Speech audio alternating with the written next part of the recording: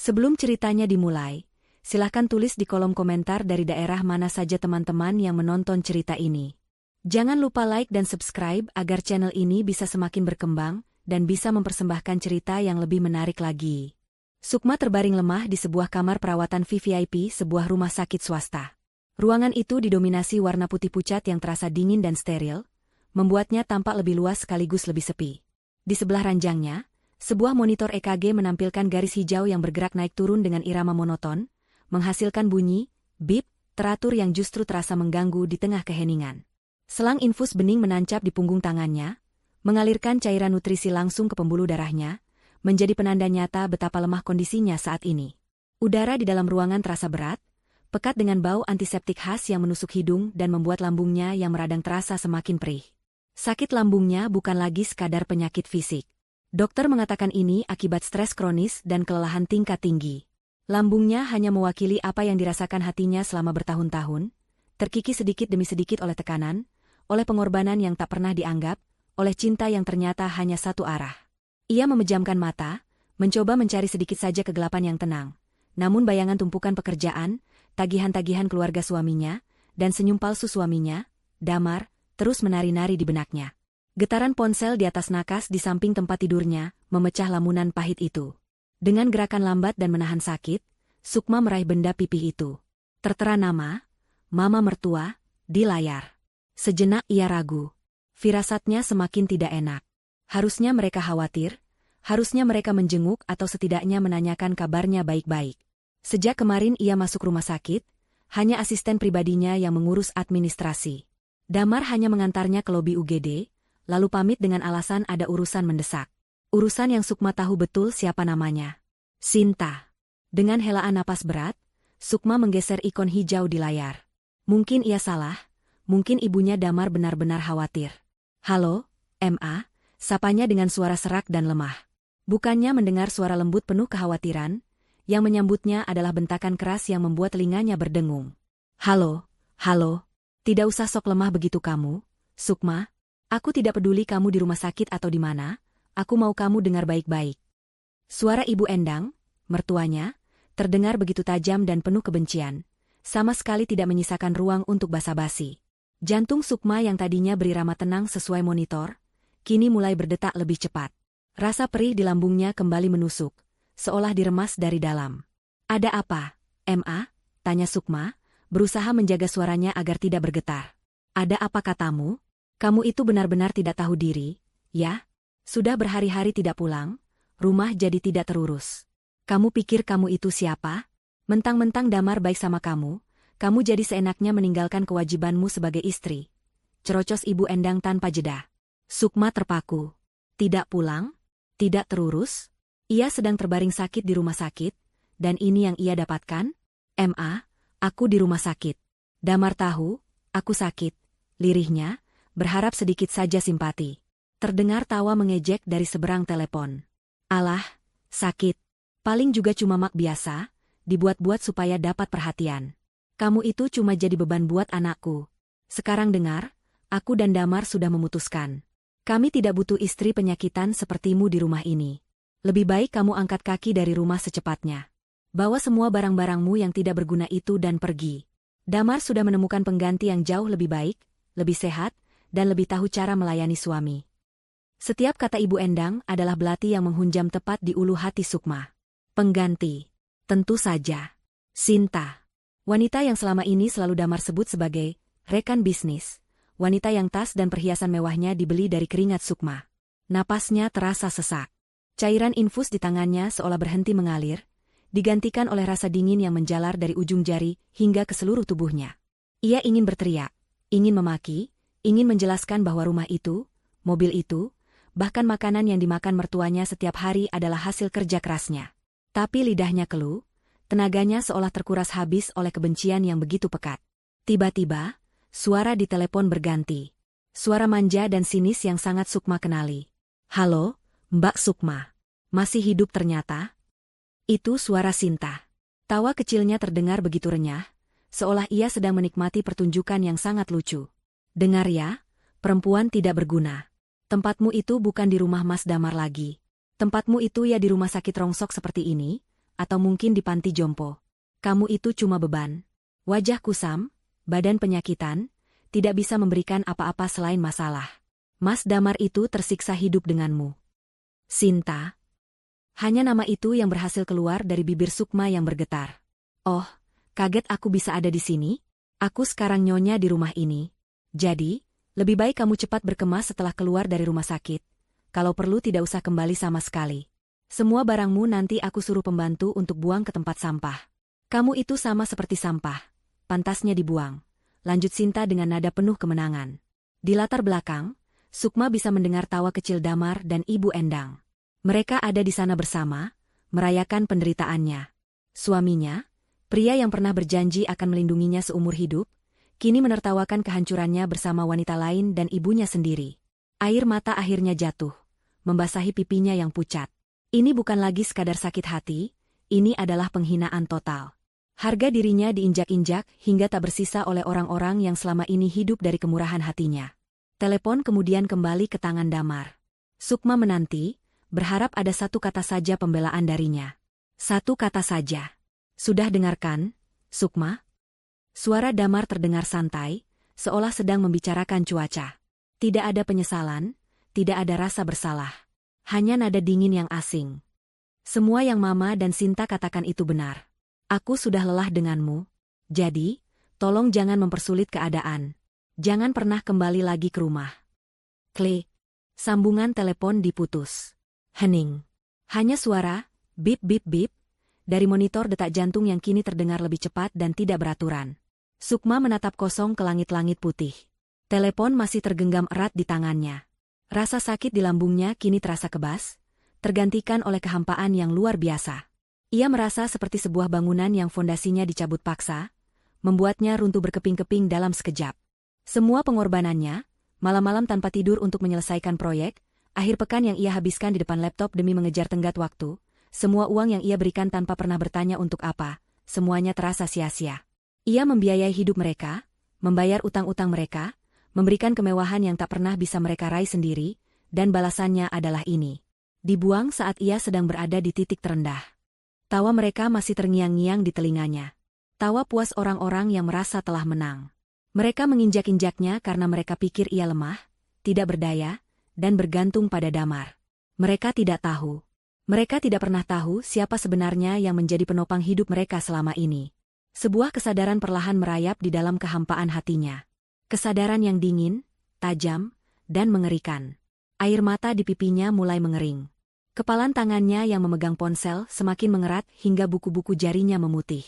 Tatapan matanya yang tadi kosong kini mulai terisi oleh sesuatu. Bukan lagi kesedihan, melainkan kilatan api yang membara. Api kemarahan, api pembalasan. Ia menarik napas dalam-dalam. Bau antiseptik itu tidak lagi membuatnya mual. Kini bau itu terasa seperti bau awal yang baru, bau sterilisasi yang membersihkan hidupnya dari kuman-kuman parasit. Ia membuka kembali ponselnya. Bukan untuk melihat foto kenangan bersama Damar, bukan untuk meratapi nasib.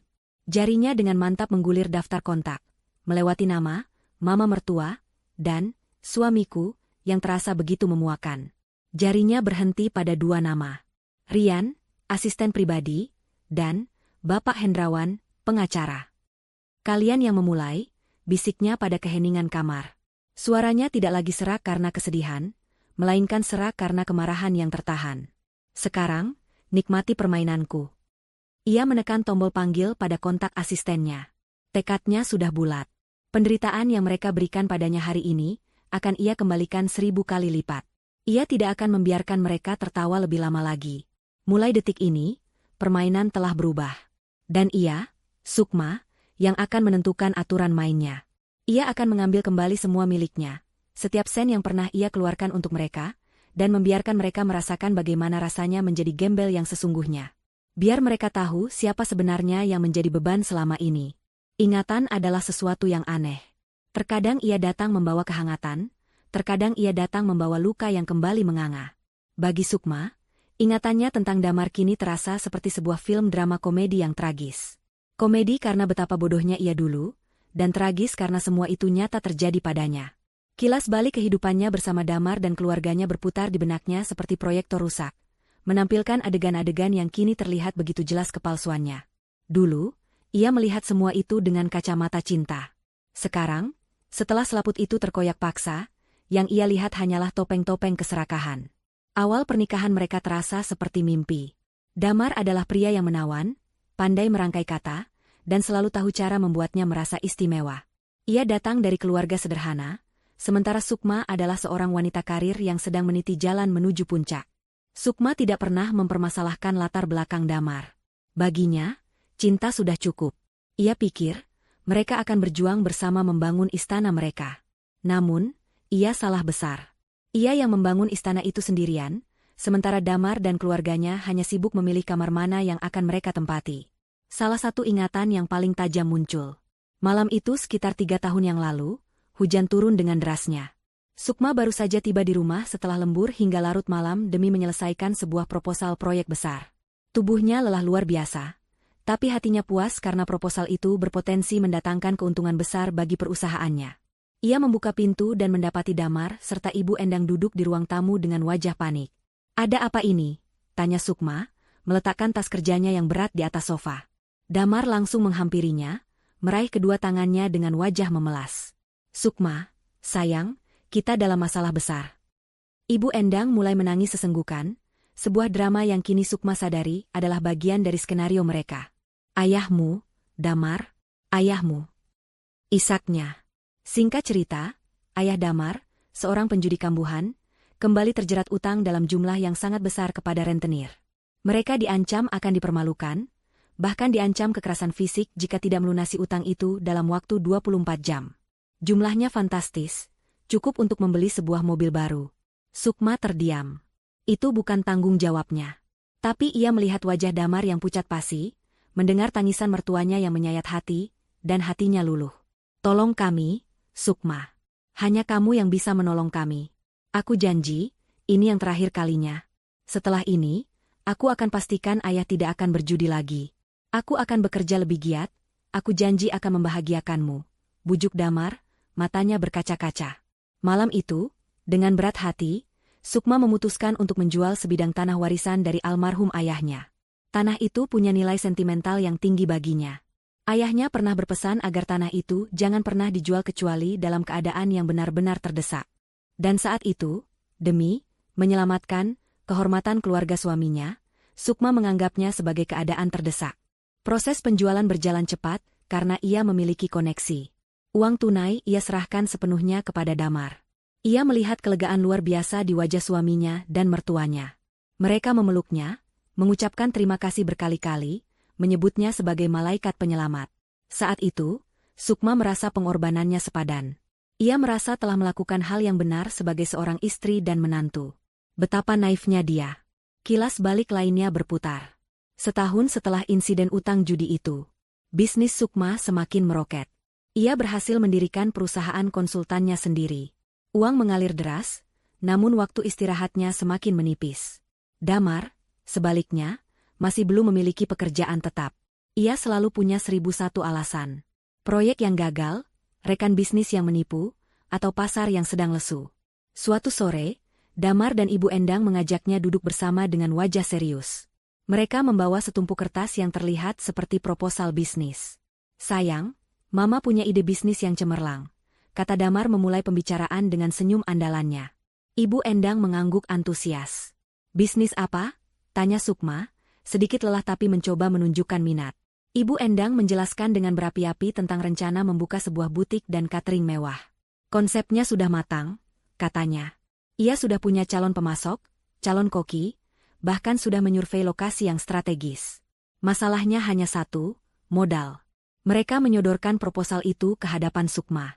Di sana tertera rincian biaya yang lagi-lagi jumlahnya tidak sedikit.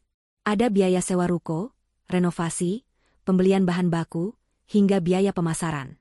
"Aku lihat kamu sedang banyak proyek, Sukma. Mungkin kamu bisa bantu kami modalnya. Anggap saja ini investasi. Nanti kalau sudah untung, modalmu pasti kami kembalikan beserta bunganya. Ini juga demi masa depan kita, kan? Kalau bisnis Mama sukses, aku tidak perlu lagi melihatmu bekerja terlalu keras sampai sakit-sakitan," rayu Damar dengan nada suara yang begitu meyakinkan. Hati Sukma kembali tersentuh oleh kalimat terakhir itu. Damar mengkhawatirkan kesehatannya. Mungkin ini memang ide yang bagus. Jika Ibu Endang punya kesibukan, mungkin ia tidak akan terlalu sering ikut campur urusan rumah tangga mereka. Dan jika bisnis itu berhasil, Damar juga bisa ikut mengelolanya. Akhirnya, setelah beberapa hari dibujuk, Sukma setuju. Ia mentransfer sejumlah dana besar ke rekening yang diberikan Damar, rekening yang katanya adalah rekening bersama untuk bisnis itu. Ia bahkan tidak sempat memeriksa kebenarannya, karena terlalu sibuk dengan pekerjaannya sendiri. Ia hanya percaya. Kepercayaan buta yang kini ia sesali sampai ke tulang sumsum. Beberapa minggu setelah transfer itu, tidak ada tanda-tanda butik atau catering akan dibuka. Setiap kali Sukma bertanya, jawabannya selalu sama. Sedang diurus, sayang. Birokrasi itu rumit. Atau, kami sedang menunggu izin keluar. Sukma mencoba untuk tidak curiga. Hingga suatu hari, secara tidak sengaja, ia membuka galeri foto di tablet milik Damar yang tertinggal di rumah. Hatinya mencelos. Di sana, ada puluhan foto Damar bersama Sinta. Bukan foto rekan bisnis biasa. Mereka berlibur di sebuah pulau pribadi yang eksotis, makan malam di restoran paling mewah di kota, dan di salah satu foto, Sinta memamerkan sebuah mobil sport merah baru yang diikat pita besar, berpose mesra dengan Damar di sampingnya. Tanggal foto-foto itu hanya beberapa hari setelah Sukma mentransfer uang, modal usaha. Dunia Sukma seakan runtuh saat itu.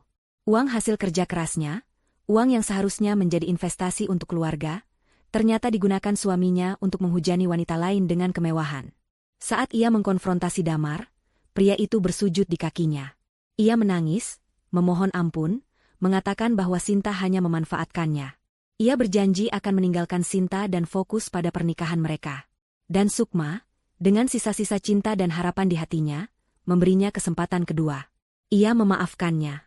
Ia pikir, manusia bisa berubah. Sebuah kesalahan fatal yang membawanya ke ranjang rumah sakit hari ini. Perawat yang baru saja selesai memeriksa botol infus menatap Sukma dengan sedikit cemas. Wajah pasien di hadapannya masih pucat, tetapi sorot matanya telah berubah total. Jika 1 jam yang lalu mata itu sayu dan penuh keputusasaan, kini mata itu berkilat dengan cahaya yang dingin dan fokus. Getaran di tangan Sukma saat memegang ponsel telah berhenti, digantikan oleh genggaman yang stabil dan penuh kendali. Ia baru saja menutup telepon dari pengacaranya, panggilan ketiga dalam rentetan aksi yang ia mulai tanpa jeda sedikitpun. Badai yang akan segera memorak-porandakan kehidupan Damar dan keluarganya telah ia lepaskan, dan Sukma melakukannya dari atas ranjang rumah sakit yang sama, tempat harga dirinya baru saja diinjak-injak.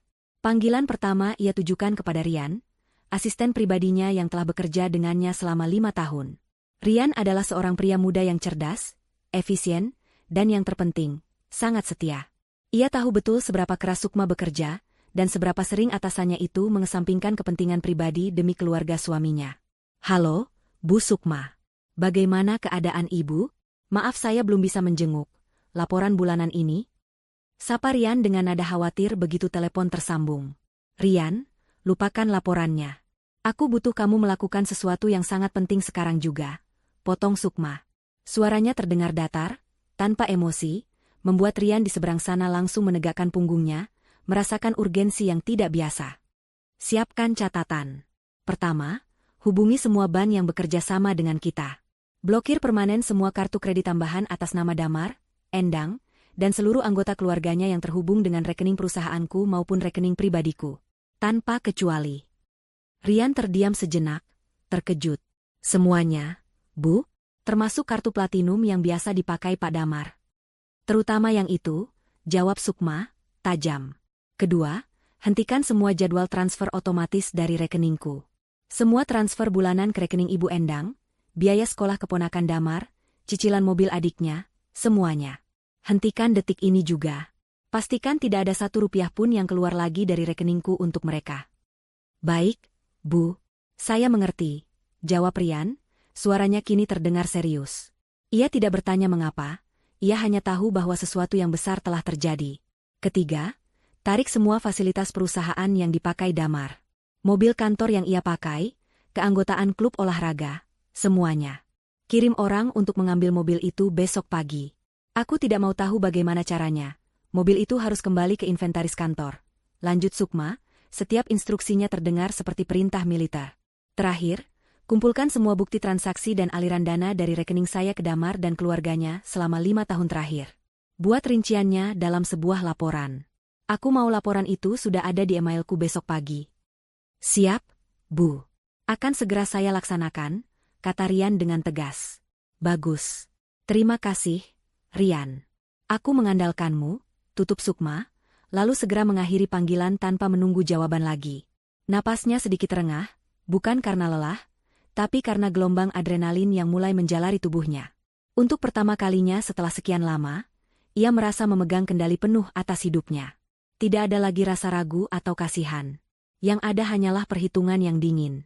Ia kemudian menekan nomor kedua, nomor manajer bank pribadinya, seorang wanita parubaya bernama Ibu Santi yang sudah lama mengelola keuangan prioritasnya. Selamat siang, Bu Sukma, sapa Ibu Santi dengan ramah.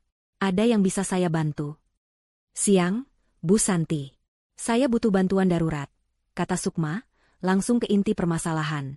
Saya minta semua rekening atas nama suami saya, Damar, yang sumber dananya berasal dari rekening saya, dibekukan saat ini juga. Saya juga ingin memindahkan seluruh dana dari rekening bersama kami ke rekening pribadi saya yang baru. Saya akan kirimkan surat kuasa dan instruksi resmi melalui pengacara saya sebentar lagi. Terdengar keheningan sesaat di ujung telepon. Ini adalah permintaan yang tidak biasa. Dibekukan, Bu? Apa tidak sebaiknya?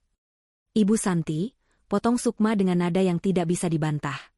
Saya adalah pemilik dana utama di semua rekening itu.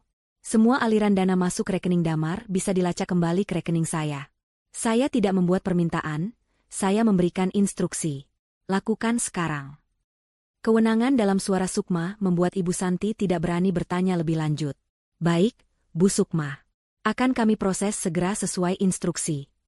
Panggilan terakhir dan yang paling penting adalah kepada Bapak Hendrawan, pengacaranya. Pria tua yang bijaksana itu telah menjadi penasihat hukumnya sejak ia pertama kali merintis bisnis. Ia mendengarkan cerita Sukma dengan saksama, tanpa interupsi. Ia mendengar tentang penghinaan di telepon, tentang pengkhianatan finansial selama bertahun-tahun, dan tentang keputusan final Sukma. Saya turut prihatin atas apa yang menimpa kamu, Sukma, kata Pak Hendrawan dengan nada suara yang tenang namun penuh simpati. Tapi saya juga lega. Sejujurnya, saya sudah lama ingin menasihati kamu tentang ini, tapi saya tidak ingin mencampuri urusan rumah tanggamu. Sekarang sudah tidak ada lagi rumah tangga yang perlu dicampuri, Pak, jawab Sukma, getir. Saya mau Bapak menyiapkan surat gugatan cerai secepatnya. Tuntut dia atas perzinahan dan penyalahgunaan keuangan. Saya mau semua aset yang saya beli selama pernikahan ini kembali atas nama saya sepenuhnya. Rumah, mobil, apartemen, semuanya. Saya punya bukti kepemilikan dan sumber dana yang jelas. Tentu saja. Kita punya posisi yang sangat kuat, tegas Pak Hendrawan. Semua aset yang dibeli dengan uangmu, meskipun diatasnamakan dia, bisa kita tarik kembali. Apalagi dengan adanya bukti perselingkuhan. Kita akan buat dia tidak mendapatkan apa-apa, bahkan dia bisa dituntut untuk mengembalikan semua yang telah dia nikmati. Lakukan, Pak. Lakukan apapun yang diperlukan, kata Sukma. Saya ingin mereka merasakan bagaimana rasanya tidak punya apa-apa.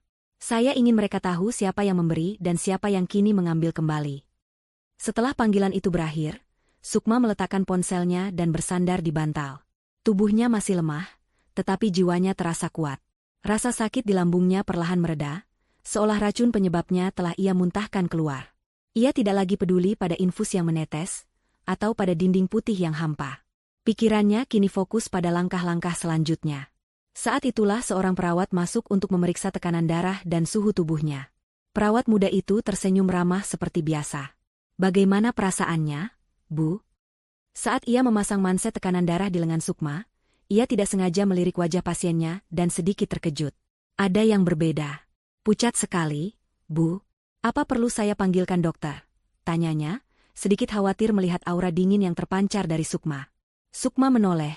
Dan untuk pertama kalinya sejak masuk rumah sakit, ia tersenyum. Senyum tipis yang tidak mencapai matanya, namun menunjukkan kekuatan yang luar biasa. Tidak perlu, Sus. Saya rasa, penyakit saya sudah mulai sembuh. Perawat itu hanya bisa mengangguk bingung, merasakan perubahan drastis pada wanita yang beberapa jam lalu terlihat begitu rapuh dan menderita. Ia tidak tahu bahwa di hadapannya bukan lagi seorang pasien yang sakit, melainkan seorang ratu yang sedang bersiap untuk perang. Di rumah mewah yang dibangun dari kerja keras Sukma, suasana pesta terasa begitu kental. Aroma parfum Sinta yang manis dan menyengat berusaha menggantikan jejak aromaterapi melati lembut yang biasa Sukma gunakan. Di ruang tengah, botol anggur mahal, yang tentu saja dibeli dari kartu kredit tambahan Sukma, sudah terbuka dan isinya tinggal separuh. Damar, Ibu Endang, dan Sinta duduk di sofa empuk dengan tawa yang membahana, merayakan kemenangan mereka. Mereka merasa seperti para revolusioner yang berhasil menggulingkan seorang tiran, padahal kenyataannya mereka adalah para kutu yang baru saja membunuh angsa emas mereka. Aku masih tidak percaya betapa mudahnya ini semua, kata Sinta sambil mengangkat gelas anggurnya. Ia menyandarkan kepalanya di bahu Damar dengan manja. Akhirnya, rumah ini terasa hidup. Tidak suram dan kaku seperti saat masih ada si wanita sakit-sakitan itu. Damar tertawa, merangkul pinggang Sinta dengan erat. Sudah kubilang, kan? Dia itu lemah. Diberi gertakan sedikit saja langsung hancur. Sekarang, rumah ini milikmu, sayang. Kamu bisa mengubah apapun yang kamu mau. Hati Damar membuncah oleh kelegaan dan kebanggaan. Selama ini, hidup di bawah bayang-bayang kesuksesan Sukma membuatnya merasa tertekan.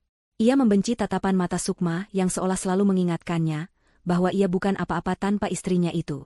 Ia membenci cara Sukma mengatur keuangan, meskipun ia menikmati hasilnya.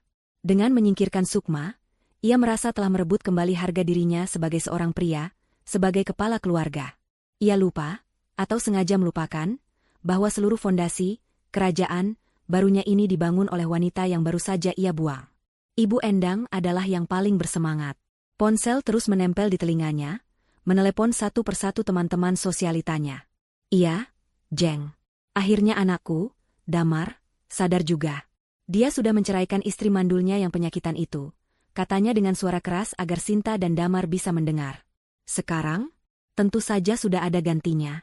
Cantik, muda, sehat, dan yang pasti, tahu cara menghormati mertua. Nanti aku kenalkan di arisan, ya. Kita adakan saja arisannya di rumahku minggu depan. Sekalian syukuran, hehe. Setelah menutup telepon, Ibu Endang menatap Sinta dengan senyum puas. Sinta, kamu harus bantu tante nanti, ya? Kita harus tunjukkan pada mereka semua siapa menantu baru keluarga kita.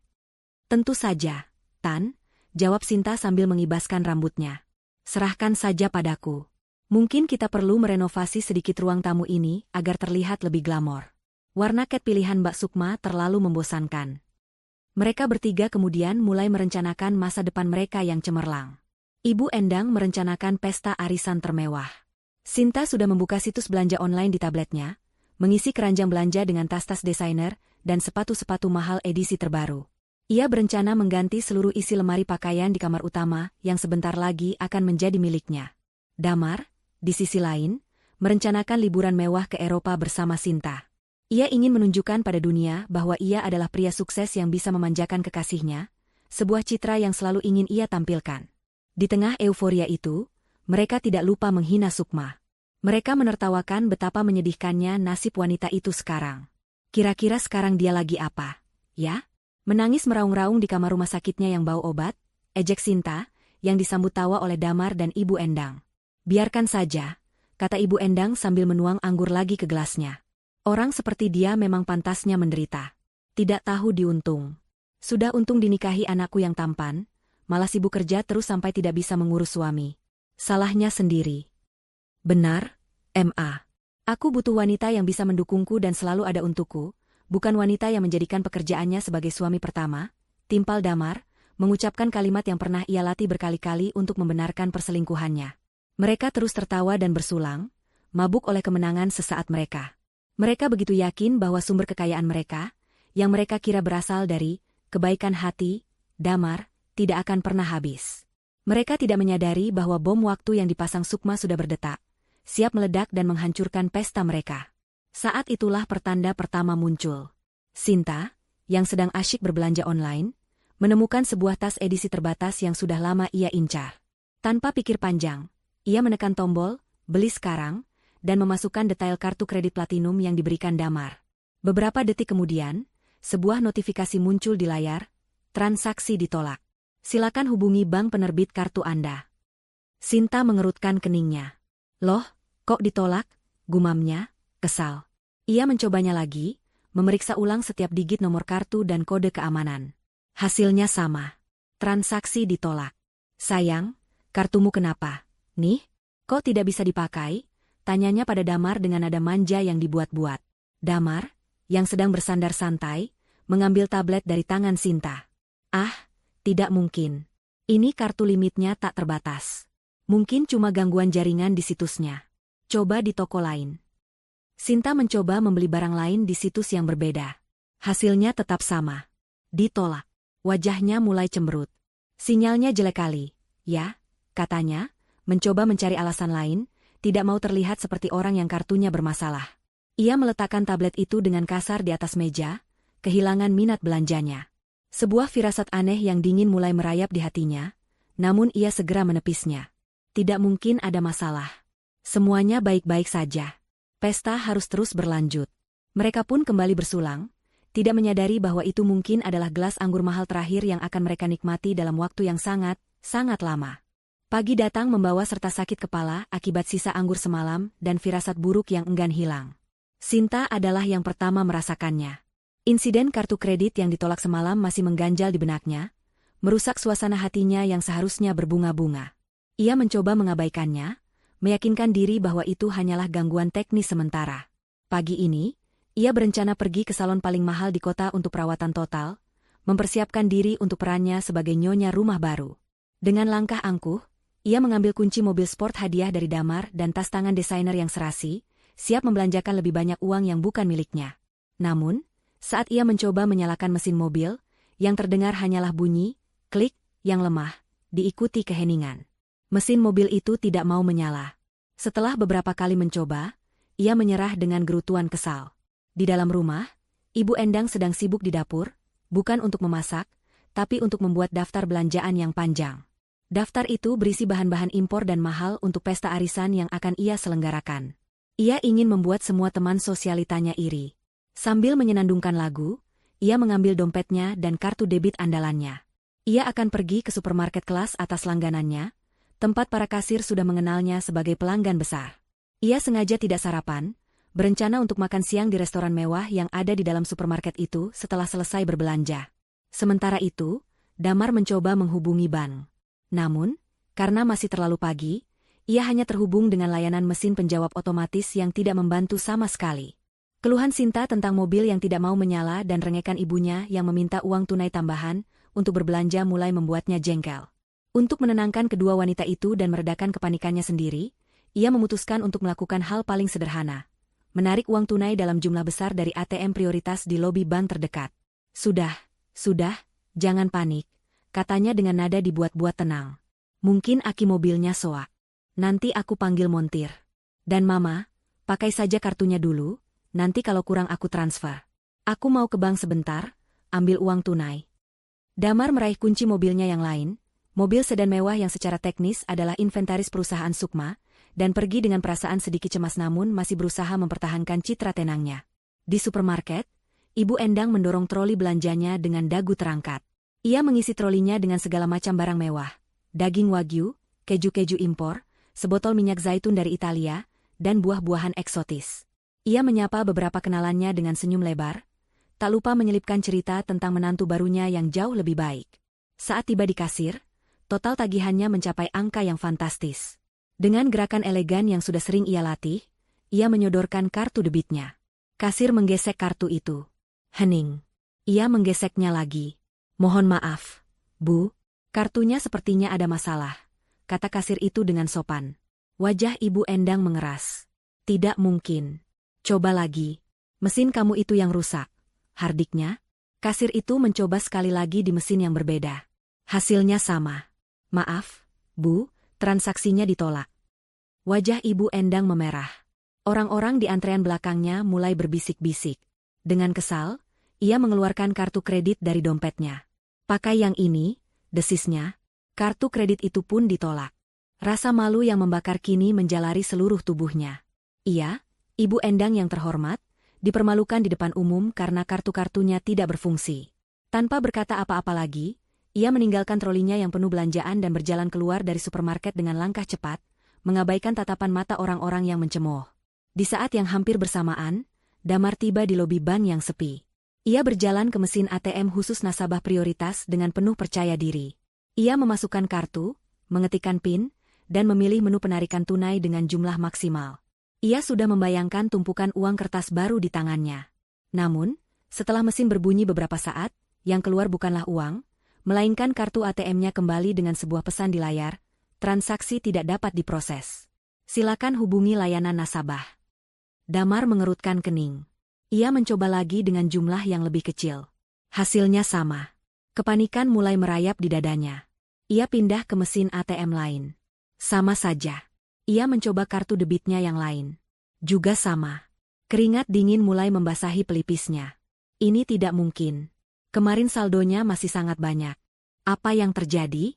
Ia bergegas kembali ke mobil dan mencoba memeriksa saldo melalui aplikasi mobile banking. Saat ia mencoba masuk, aplikasi itu menampilkan pesan, akun Anda diblokir sementara. Hubungi CS01. Kepanikan Damar kini mencapai puncaknya. Ada yang sangat tidak beres. Ia tidak lagi bisa menyangkalnya. Ini bukan gangguan teknis. Ini adalah sesuatu yang disengaja. Dengan tangan yang sedikit gemetar, ia mencari nomor layanan nasabah prioritas dan menekan tombol panggil. Jantungnya berdebar kencang saat menunggu nada sambung. Selamat pagi, layanan perbankan prioritas. Dengan Bima, ada yang bisa dibantu? Sapa suara ramah di seberang. Pagi. Saya Damar. Saya tidak bisa melakukan transaksi apapun sejak tadi pagi. Kartu saya ditolak. ATM tidak bisa, mobile banking diblokir. Ada apa ini? Apa sistem kalian sedang error? Cerocos Damar, berusaha terdengar marah untuk menutupi rasa takutnya. Baik, Bapak Damar. Mohon tunggu sebentar, saya akan periksa data Anda. Bisa sebutkan nama lengkap dan tanggal lahir. Damar memberikan informasi yang diminta. Ia mendengar suara ketikan keyboard di seberang sana. Keheningan selama beberapa detik terasa seperti 1 jam baginya. Baik, Bapak Damar. Terima kasih sudah menunggu, kata petugas itu kembali. Nada suaranya kini terdengar lebih formal dan hati-hati. Menurut data kami, semua fasilitas perbankan atas nama Bapak memang sedang dinonaktifkan. Dinonaktifkan? Atas dasar apa? Saya tidak pernah memintanya. Seru Damar, suaranya meninggi. Mohon maaf atas ketidaknyamanannya, Pak. Penonaktifan ini dilakukan atas permintaan dari pemilik dana utama yang terhubung dengan semua rekening dan fasilitas Bapak. Jantung Damar seakan berhenti berdetak. Pemilik dana utama. Hanya ada satu orang. Siapa? Siapa pemilik dana utama yang kamu maksud? Tanyanya, meskipun ia sudah tahu jawabannya. Petugas itu berdehem pelan sebelum menjawab dengan jelas dan lugas. Permintaan ini kami terima kemarin sore, langsung dari pemilik dana, yaitu Ibu Sukma Sekar Pertiwi. Nama lengkap itu, nama yang jarang sekali ia dengar diucapkan selengkap itu, terdengar seperti palu godam yang menghantam kepalanya. Sukma. Jadi ini perbuatannya? Wanita lemah yang ia kira sudah hancur lebur di rumah sakit itu ternyata sedang melakukan serangan balik yang mematikan. Telepon itu masih menempel di telinganya, tetapi Damar tidak lagi mendengar apa-apa. Suara lalu lintas di luar mobilnya mendadak senyap. Pandangannya kabur. Semua kesombongannya, semua rasa menangnya, lenyap dalam sekejap, digantikan oleh teror yang mencekam. Ia bukan lagi seorang raja di istananya. Ia hanyalah seorang penipu yang sumber kekayaannya baru saja diputus total. Ia sendirian, tanpa uang sepeser pun, dan akan segera menghadapi amukan 2 wanita materialistis yang telah ia janjikan dunia. Damar mengemudi pulang dengan perasaan hampa. Panggilan telepon dari bank tadi terus terngiang di kepalanya. Sukma. Semua ini perbuatan Sukma. Kebenciannya pada wanita itu kini bercampur dengan rasa takut yang luar biasa. Ia tidak pernah menyangka Sukma memiliki keberanian dan kekuasaan untuk melakukan ini. Ia selalu menganggap istrinya itu sebagai wanita penurut yang bodoh, yang cintanya bisa dieksploitasi sesuka hati. Ternyata, ia sedang berhadapan dengan seekor singa betina yang selama ini sabar menyamar sebagai domba. Saat mobilnya memasuki gerbang kompleks perumahan, pemandangan di depan rumahnya membuatnya menginjak rem mendadak. Sebuah mobil derek besar berwarna kuning sedang terparkir di depan gerbang rumahnya, dan 2 orang pria berbadan tegap tengah bersiap mengaitkan mobil sedan mewah yang biasa ia pakai. Beberapa tetangga sudah berkumpul di depan rumah mereka masing-masing, menonton drama itu dengan penuh minat sambil berbisik-bisik. Damar melompat keluar dari mobilnya. Hei, apa-apaan ini? Siapa kalian? Kenapa mobil saya mau diderek? Teriaknya. Salah satu pria berbadan tegap itu menoleh dan menghampirinya sambil membawa sebuah map. Selamat pagi. Kami dari Departemen Aset Perusahaan PT Sukma Jaya Perkasa. Apakah Anda Bapak Damar? Iya, itu saya. Ada apa? Jawab Damar dengan ketus. Pria itu menyodorkan selembar surat. Sesuai instruksi dari pimpinan, kami ditugaskan untuk menarik kembali aset perusahaan dengan nomor polisi sekian. Mobil ini terdaftar sebagai inventaris kantor dan fasilitasnya untuk Bapak telah dicabut efektif per hari ini. Wajah Damar pucat pasi. Ia tidak bisa membantah. Mobil itu memang milik perusahaan Sukma. Di depan tontonan para tetangga yang memalukan, ia hanya bisa berdiri terpaku saat mobil kebanggaannya diangkat ke atas truk derek dan dibawa pergi. Reputasinya sebagai pria sukses di lingkungan itu hancur dalam hitungan menit. Saat ia masuk ke dalam rumah, ia disambut oleh tangisan histeris ibunya yang baru saja pulang dengan tangan hampa dari supermarket. Damar, kartu Mama semua diblokir. Semua? Mama dipermalukan di depan semua orang. Ada apa ini sebenarnya? Raung Ibu Endang. Belum sempat Damar menjawab, ponselnya berdering. Nama Sinta tertera di layar. Dengan perasaan enggan, ia mengangkatnya. Halo, sayang, kamu di MA. Damar, kamu pembohong. Teriak Sinta dari seberang telepon, suaranya melengking karena panik dan marah. Aku diusir dari apartemen. Kartu aksesku diblokir. Ada surat pengosongan di pintu. Katanya sewa bulan ini belum dibayar. Bagaimana ini bisa terjadi? Kamu bilang semuanya sudah kamu urus. Tenang dulu, Sinta. Tenang? Kamu suruh aku tenang? Aku sekarang terdampar di lobi seperti gembel dengan semua barang belanjaanku. Cepat ke sini. Selesaikan masalah ini. Sinta menutup telepon dengan bantingan keras. Dunia Damar terasa berputar. Di satu sisi ibunya menangis meraung-raung, di sisi lain kekasihnya berteriak histeris. Ia merasa terpojok, tidak berdaya. Semua pilar penyangga hidup mewahnya telah runtuh secara bersamaan. Ia kini mengerti. Sukma tidak hanya memutus aliran uang. Ia mencabut semuanya sampai ke akar-akarnya. Rumah ini, yang cicilannya dibayar Sukma, pasti akan menjadi target selanjutnya. Beberapa jam kemudian, Sinta tiba di rumah dengan taksi, menyeret kopernya dengan wajah bengis. Ia melemparkan tasnya ke lantai dengan kasar. Jadi, jelaskan padaku sekarang juga, Damar, apa yang sebenarnya terjadi? Kenapa semua fasilitas kita diputus? Uangmu habis. Sebelum Damar bisa menjawab, Ibu Endang yang sudah mendengar semua percakapan di telepon tadi, langsung menyambar.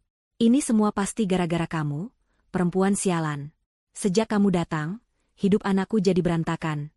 Kamu itu cuma parasit pembawa sial. Apa Tante bilang? Parasit? Balas Sinta tak kalah sengit. Lihat siapa yang bicara. Tante dan seluruh keluarga Tante itu yang parasit. Hidup menumpang pada menantu sendiri, sekarang menyalahkan orang lain. Damar yang bilang dia kaya raya, kenapa sekarang jadi miskin begini? Damar tidak miskin. Ini semua pasti ulah si Sukma. Wanita jahat itu, jerit Ibu Endang. Pertengkaran hebat pun meledak. Ruang tamu yang semalam menjadi saksi pesta kemenangan mereka, kini berubah menjadi arena saling tuding dan saling maki. Sinta menyalahkan Damar karena telah menipunya, menyebutnya pria tak berguna yang hanya bisa bersembunyi di balik kekayaan istrinya. Ibu Endang, tak terima anaknya dihina, membalas dengan menyebut Sinta sebagai pelakor murahan yang tidak tahu diri. Damar, yang menjadi pusat dari semua tuduhan, akhirnya meledak. Diam semuanya, teriaknya dengan frustrasi. Wajahnya memerah karena marah dan malu. Iya, benar, ini semua ulah Sukma. Dia memblokir semuanya. Dia mengambil kembali semuanya. Puas kalian? Pengakuan Damar itu membuat Sinta dan Ibu Endang terdiam sejenak. Syok. Mereka tidak menyangka Sukma bisa melakukan hal sejauh ini. Topeng-topeng mereka telah terlepas, menampakkan keserakahan dan kepanikan mereka yang sesungguhnya. Mereka kini sadar bahwa mereka telah salah besar dalam menilai wanita yang mereka anggap lemah itu.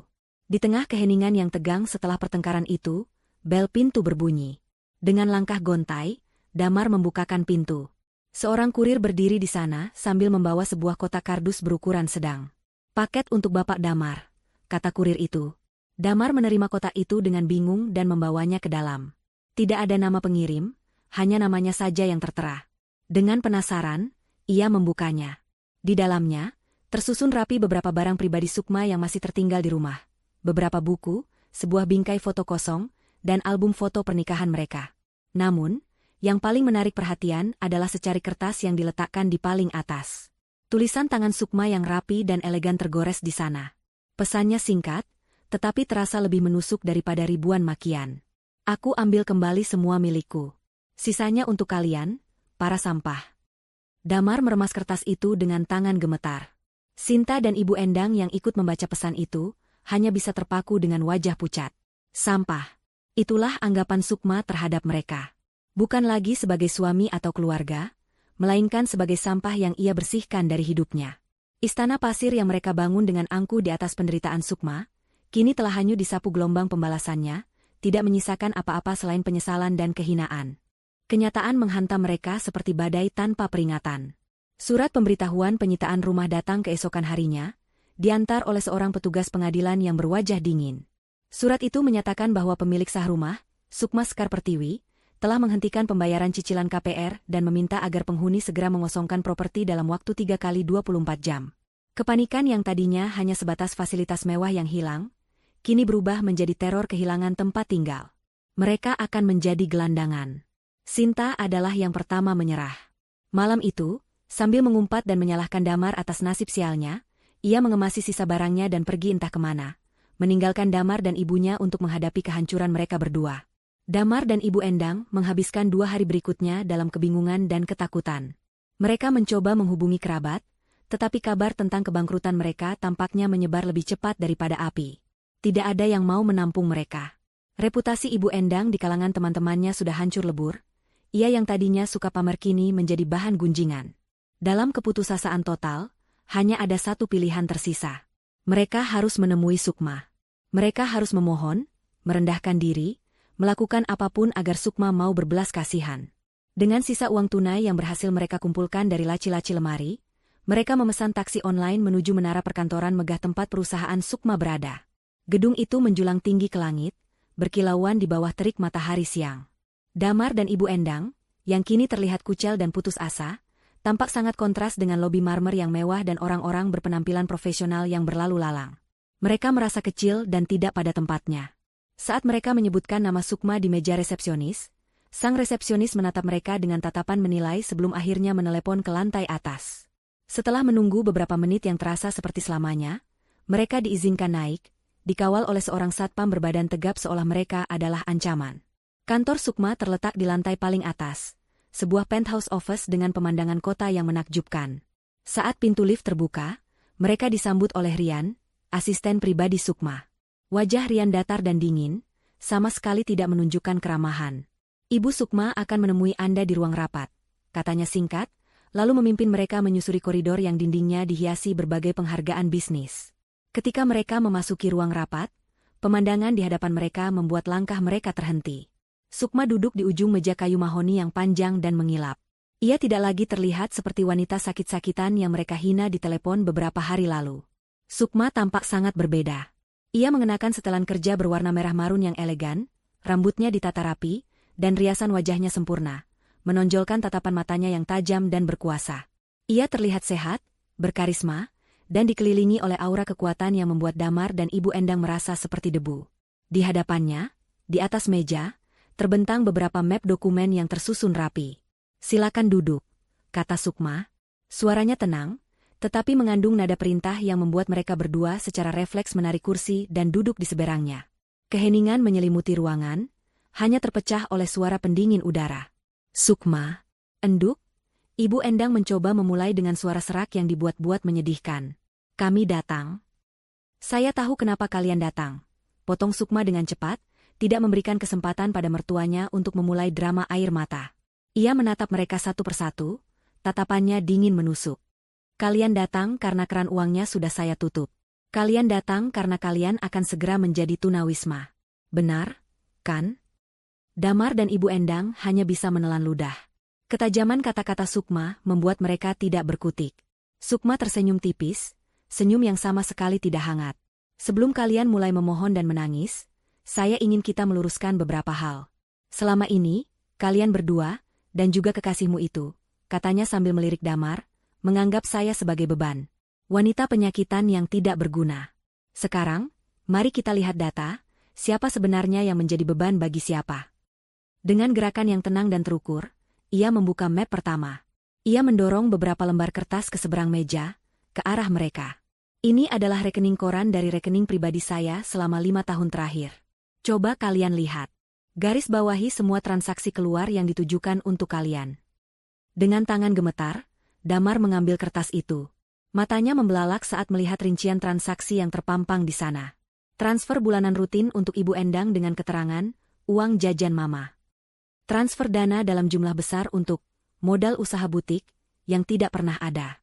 Pembayaran tagihan kartu kredit atas namanya yang isinya adalah belanjaan Sinta, makan malam di restoran mewah, dan biaya liburan. Pembayaran cicilan mobil adiknya. Pembayaran biaya sekolah keponakannya. Semuanya tercatat dengan jelas, rapi, dan tak terbantahkan. Itu baru dari rekening pribadi saya. Lanjut Sukma sambil membuka map kedua. Ini adalah laporan keuangan perusahaan. Coba lihat di bagian pengeluaran aset dan fasilitas. Mobil yang kamu pakai, Damar, keanggotaan klub, biaya perjalanan bisnis palsumu dengan Sinta. Semuanya dibiayai oleh perusahaan. Perusahaan yang saya bangun dengan darah, keringat, dan air mata, sementara kamu sibuk bersenang-senang. Ibu Endang menatap kertas-kertas itu dengan pandangan kosong. Angka-angka itu seolah menari-nari di depan matanya, membentuk sebuah kalimat panjang yang menghakiminya. Parasit. Sukma kemudian membuka map terakhir. Di dalamnya ada salinan sertifikat rumah, BPKB mobil, dan surat kepemilikan aset lainnya. Dan ini, katanya sambil menunjuk satu persatu dokumen itu, adalah bukti kepemilikan. Rumah yang kalian tinggali, atas nama saya. Mobil sport yang dipakai Sinta, lunas saya bayar tunai, atas nama saya. Apartemen yang ia tinggali, saya yang menyewanya. Semua yang kalian nikmati, semua yang kalian banggakan sebagai milik kalian, sesungguhnya adalah milik saya. Ia menyandarkan punggungnya di kursi, melipat kedua tangannya di depan dada, dan menatap mereka dengan intensitas yang membuat mereka ingin tenggelam ke dalam tanah. Kalian bilang aku beban? Fakta sebenarnya adalah, kalian semua adalah lintah. Parasit yang menempel di tubuh saya, mengisap hidup saya pelan-pelan demi kemewahan kalian. Kalian menghina saya saat saya terbaring lemah, karena kalian pikir saya sudah tidak berguna. Kalian salah besar. Saya bukan hanya berguna, saya adalah sumber hidup kalian. Setiap kata yang diucapkan Sukma adalah tamparan keras bagi ego Damar dan Ibu Endang. Mereka tidak bisa membantah. Bukti itu terlalu nyata, terlalu telak. Semua kebohongan yang mereka bangun di sekitar hidup mereka kini, hancur lebur di depan mata mereka sendiri. Mereka bukanlah keluarga terpandang yang hidup dari kesuksesan Damar. Mereka hanyalah sekelompok penipu yang hidup dari kebaikan hati seorang wanita yang mereka hianati. Sekarang, lanjut Sukma dengan nada yang lebih dingin, kalian tahu posisinya. Saya bukan lagi inang kalian. Parasit itu harus mencari inang baru. Sayangnya, ia berhenti sejenak, membiarkan kata-katanya meresap, tidak ada yang mau dengan parasit miskin. Setelah kebenaran yang telah itu dibeberkan, keheningan di ruang rapat terasa begitu berat dan menyesakan. Topeng kesombongan dan keangkuhan yang selama ini dikenakan Damar dan Ibu Endang telah luruh sepenuhnya, meninggalkan wajah asli mereka yang penuh kepanikan dan ketakutan. Mereka kini sadar, mereka tidak sedang berhadapan dengan Sukma yang dulu. Mereka sedang berhadapan dengan seorang hakim yang telah mengetuk palu vonis untuk nasib mereka. Ibu Endang adalah yang pertama hancur. Insting untuk bertahan hidup mengalahkan sisa-sisa harga dirinya. Dengan gerakan yang canggung, ia mendorong kursinya ke belakang dan menjatuhkan dirinya ke lantai. Ia merangkak mendekati Sukma, meraih ujung celana bahannya dengan kedua tangan yang gemetar. Air mata yang sejak tadi ia tahan kini mengalir deras, membasahi wajahnya yang sudah tampak 10 tahun lebih tua. Sukma, anakku, maafkan Mama, enduk, isaknya, suaranya parau dan putus asa. Ia mulai menggunakan panggilan sayang yang sudah bertahun-tahun tidak pernah ia ucapkan dengan tulus. Mama salah. Mama hilaf. Mama dibutakan oleh uang. Mama mohon. Sukma, jangan usir kami. Kami mau tinggal di mana? Kami mau makan apa? Maafkan Mama. Mama janji akan jadi mertua yang baik buat kamu. Mama akan layani kamu. Tangisannya semakin menjadi-jadi, sebuah pertunjukan air mata yang dirancang untuk membangkitkan belas kasihan. Ia memukul-mukul dadanya sendiri, meratap tentang betapa menyesalnya ia, betapa bodohnya ia telah menyia-nyiakan menantu sebaik Sukma. Itu adalah drama termenyedihkan yang pernah ada. Tetapi bagi Sukma, itu semua hanyalah suara bising yang mengganggu. Ia menatap wanita tua yang bersimpuh di kakinya itu tanpa ekspresi. Tidak ada sedikit pun rasa iba di hatinya. Ingatannya terlalu segar tentang bagaimana wanita ini membentaknya di telepon, menyebutnya beban, dan menertawakan penderitaannya. Melihat ibunya yang sudah merendahkan diri, Damar pun ikut tersadar. Ia bangkit dari kursinya dan berlutut di samping ibunya. Wajahnya yang biasa dipenuhi kesombongan kini basah oleh air mata penyesalan. Ia meraih tangan Sukma, tangan yang pernah ia genggam saat mengucapkan janji suci, tangan yang sama yang telah memberinya segalanya. "Sukma, sayang, maafkan aku," gumamnya, suaranya bergetar. "Aku suami yang gagal. Aku suami yang tidak tahu berterima kasih. Aku dibutakan oleh Sinta, oleh egoku sendiri. Aku mohon, beri aku satu kesempatan lagi. Kita bisa mulai dari awal. Aku akan bekerja, aku akan cari uang sendiri, aku akan buktikan kalau aku bisa jadi suami yang pantas untukmu. Jangan ceraikan aku, Sukma. Aku mohon." Air mata buaya itu mengalir semakin deras. Ia mencium punggung tangan Sukma berkali-kali, sebuah gestur penyesalan yang terasa sangat palsu. Sukma bisa melihat dengan jelas apa yang ada di balik semua permohonan itu. Bukan cinta, bukan penyesalan yang tulus, melainkan ketakutan akan kemiskinan. Ketakutan akan kehilangan semua kenyamanan yang selama ini ia berikan. Mereka tidak menyesali perbuatan mereka hanya menyesali konsekuensinya. Sukma menarik tangannya dari genggaman Damar dengan perlahan namun tegas. Ia menatap kedua orang yang kini bersujud di hadapannya, seperti pesakitan yang memohon ampunan dari Algojo. Keheningan kembali menyelimuti ruangan, hanya diisi oleh suara isak tangis mereka. Lalu, Sukma berbicara. Suaranya tetap tenang, tetapi setiap katanya terasa seperti es yang membekukan. "Kalian tahu? Beberapa hari yang lalu, saat aku terbaring sendirian di rumah sakit, menahan sakit, aku juga menangis setelah menerima telepon dari kalian. Aku menangis karena sakit hati, karena merasa dikhianati, karena merasa tidak berharga." Ia berhenti sejenak, membiarkan mereka meresapi kata-katanya. "Dulu, perlakuan kalian membuatku menangis di rumah sakit. Sekarang," ia menatap mereka dengan tatapan dingin, "tangisan kalian hanya terdengar seperti musik yang indah di telingaku." Kata-kata itu menghantam mereka lebih keras daripada tamparan. Harapan terakhir mereka untuk mendapatkan belas kasihan sirna seketika. Mereka menatap Sukma dengan tidak percaya, melihat sosok wanita yang sama sekali tidak mereka kenali lagi. Wanita di hadapan mereka tidak punya hati. Atau lebih tepatnya, hatinya yang dulu penuh kebaikan untuk mereka, kini telah membeku menjadi baja. Sukma menekan sebuah tombol interkom di atas meja. "Rian, tolong panggil keamanan," katanya dengan nada datar. Pintu ruang rapat terbuka dan dua orang satpam berbadan tegap masuk. Mereka berdiri di belakang Damar dan Ibu Endang, menunggu perintah. "Air mata kalian sudah tidak ada harganya lagi," lanjut Sukma, kini berdiri dari kursinya, menjulang di hadapan mereka. "Kalian sudah menghabiskan semua kesempatan yang pernah saya berikan. Permohonan kalian ditolak." Ia menatap kedua satpam itu. "Tolong antar dua orang ini keluar dari gedung saya. Pastikan mereka tidak kembali lagi. Oh, dan pastikan juga mereka tidak menginjak karpet saya yang mahal dengan air mata palsu mereka." Dengan kasar, kedua satpam itu menarik Damar dan Ibu Endang untuk berdiri. Mereka yang masih syok dan lemas tidak bisa berbuat apa-apa selain diseret keluar. Di sepanjang koridor, tangisan Ibu Endang dan permohonan Damar masih terdengar, memohon agar Sukma berubah pikiran. Tapi Sukma tidak menoleh sedikitpun.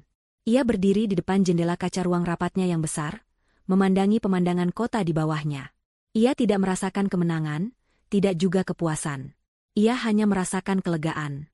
Beban berat yang selama bertahun-tahun membebani pundaknya akhirnya terlepas. Pintu menuju masa lalunya yang kelam telah ia tutup dan kunci rapat-rapat.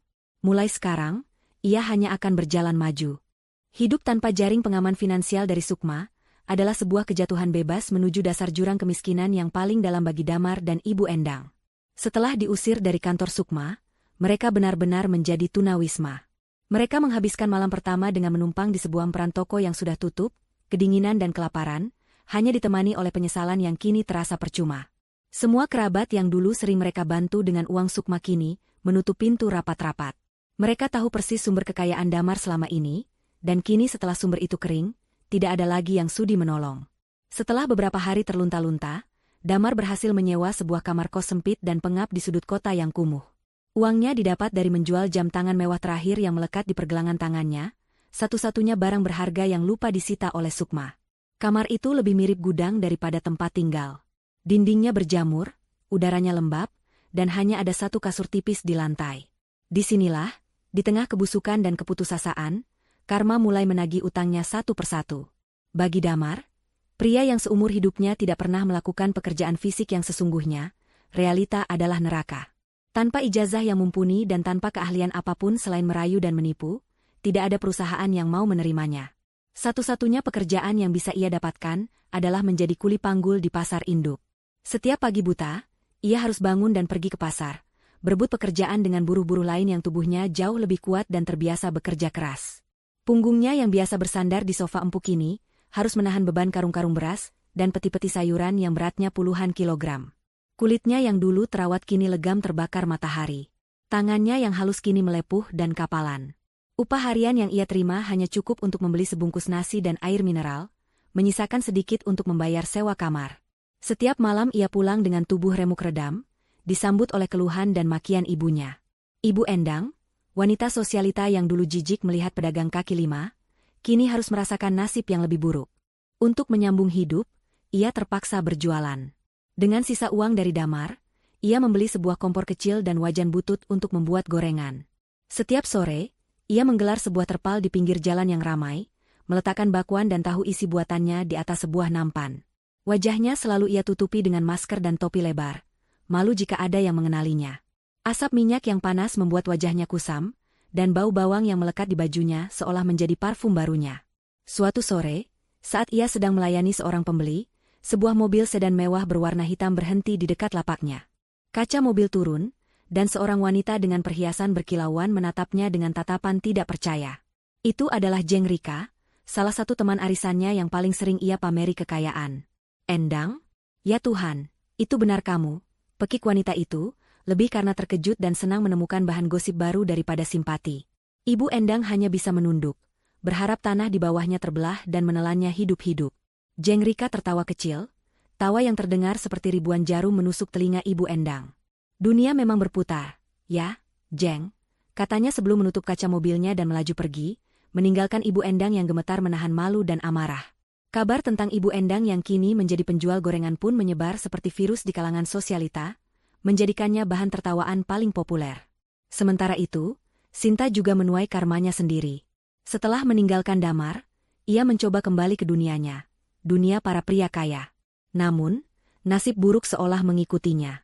Berita tentang bagaimana ia diusir dari apartemen mewah dan ditinggalkan oleh Damar yang ternyata miskin sudah menjadi rahasia umum. Ia dicap sebagai pelakor gagal.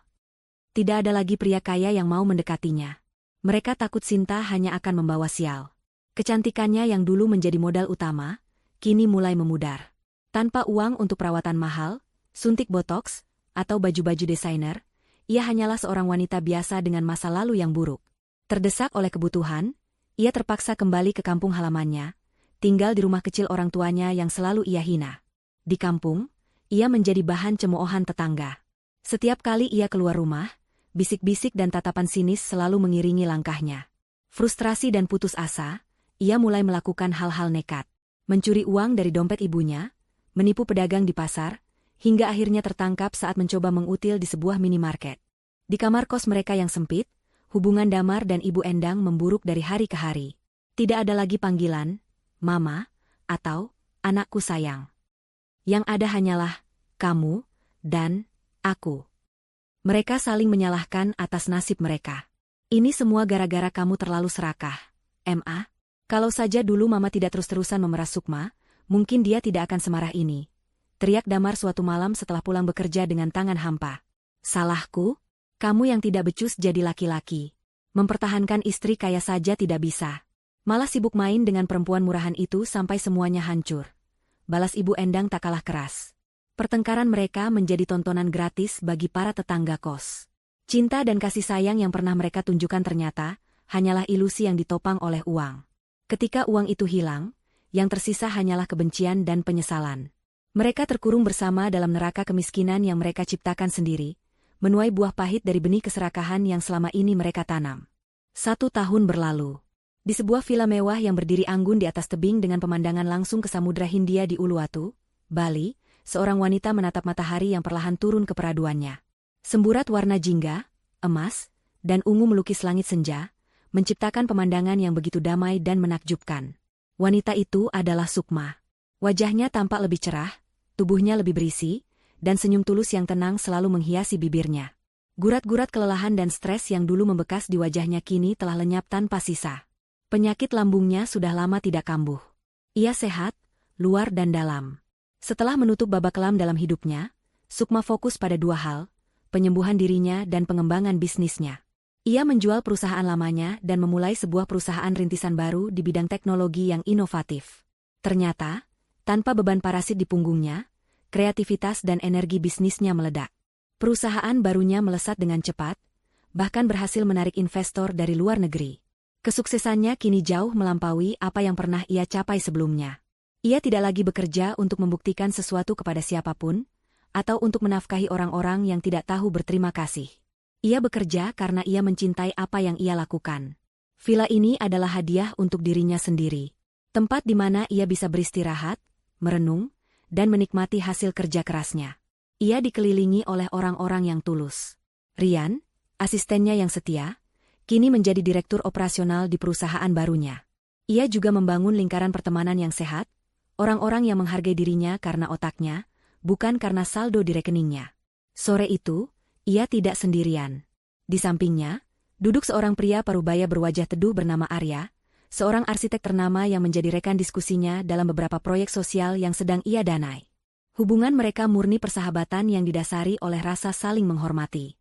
Sukma tidak terburu-buru mencari cinta. Ia sudah menemukan kebahagiaan terbesar dari dalam dirinya sendiri.